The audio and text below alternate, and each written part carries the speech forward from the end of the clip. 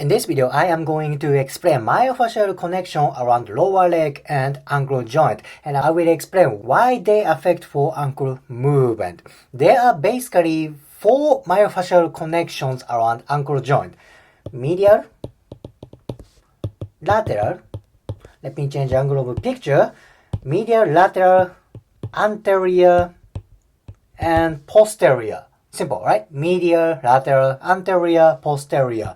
Now let me explain what kind of muscles there are in each segment. Basically, there are three muscles in medial part: tibialis posterior, flexor hallucis longus,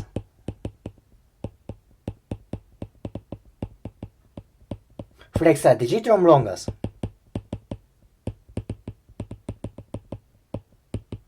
okay, this is on medial part. Then what about lateral part? Basically one major muscle, but I would like to say two muscles. First one is fibrillaris longus.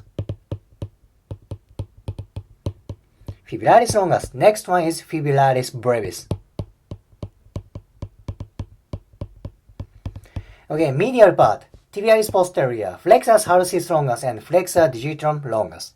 Lateral part: fibrillaris longus and fibrillaris brevis. I will talk about each functions later. Let me explain anterior, posterior first. What about anterior? Basically three muscles. Well, personally I focus on three muscles: tibialis anterior, extensor digitorum longus,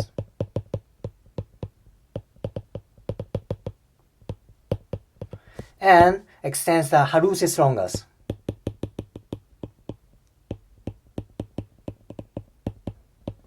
Alright, what about posterior? Two muscles: gastrocnemius and soleus. Alright, review for medial lateral: tibialis posterior, flexor hallucis longus, flexor digitorum longus. Lateral: fibrillaris longus and fibrillaris brevis.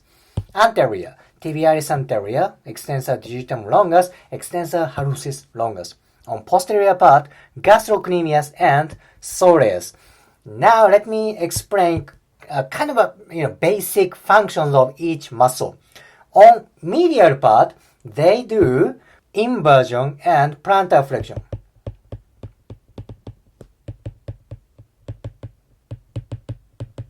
Inversion and plantar flexion. Inversion is this way. You kind of flip sort of foot to inward. This is inversion. Plantar flexion is it's kind of you point out toe this way, kind of stretch out ankle and toe. This is plantar flexion. Okay, this is medial muscles function, basically, okay? What about lateral?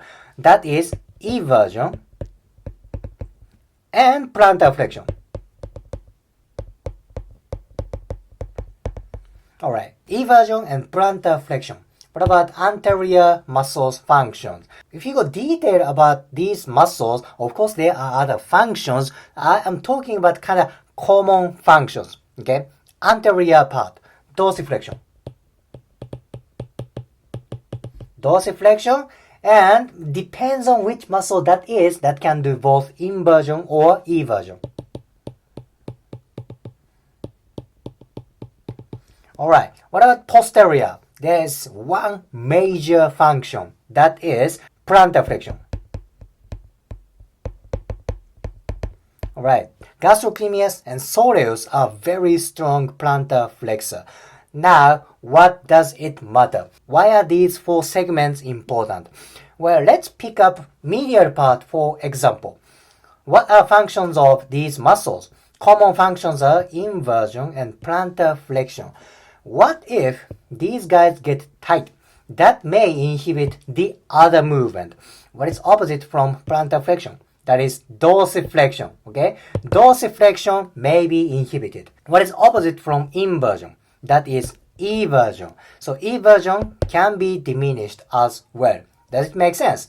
Again, common functions of these muscles are inversion and plantar flexion. So tightness of these guys can inhibit dorsiflexion and eversion, right? What about the other side? What if lateral parts get tight? Their functions are eversion and plantar flexion. opposite movement can be diminished. So inversion can be diminished. Or same thing, plantar flexion is the common function. So dorsiflexion can be tight as well. Do you see this relationship? What about anterior posterior? Anterior muscles functions are dorsiflexion and inversion or eversion. If these parts get tight, that inhibits the other movement. Dorsiflexion, opposite is plantar flexion. Inversion. That's simple, right? These are anterior muscles. What about posterior? Plantar flexion. So dorsiflexion can be tight as well. Very important to know these functions. Well, since there is myofascial connection everywhere in the body, you can go up or down. If you want to know more about myofascial connection, there is a good book about this connection that is called Anatomy Trains. There's more myofascial connection and biomechanics for whole part of body. So if you are interested, please check that out. Now, from now on, it's going to be my opinion, my subjective opinion. Well, let's go to medial part again. Medial part, tibialis posterior, flexor hallucis longus, and flexor digitorum longus. If medial part gets tight, this tightness may affect for rest of part of myofascia. Maybe this medial part tightness may affect for, lateral tightness. Or this medial part tightness may affect for anterior tightness or posterior part tightness, because simply myofascia is everywhere in the body. Do you see this? Medial part can be connected to lateral part. So medial tightness may affect for lateral tightness. Then this medial tightness may affect for anterior or posterior.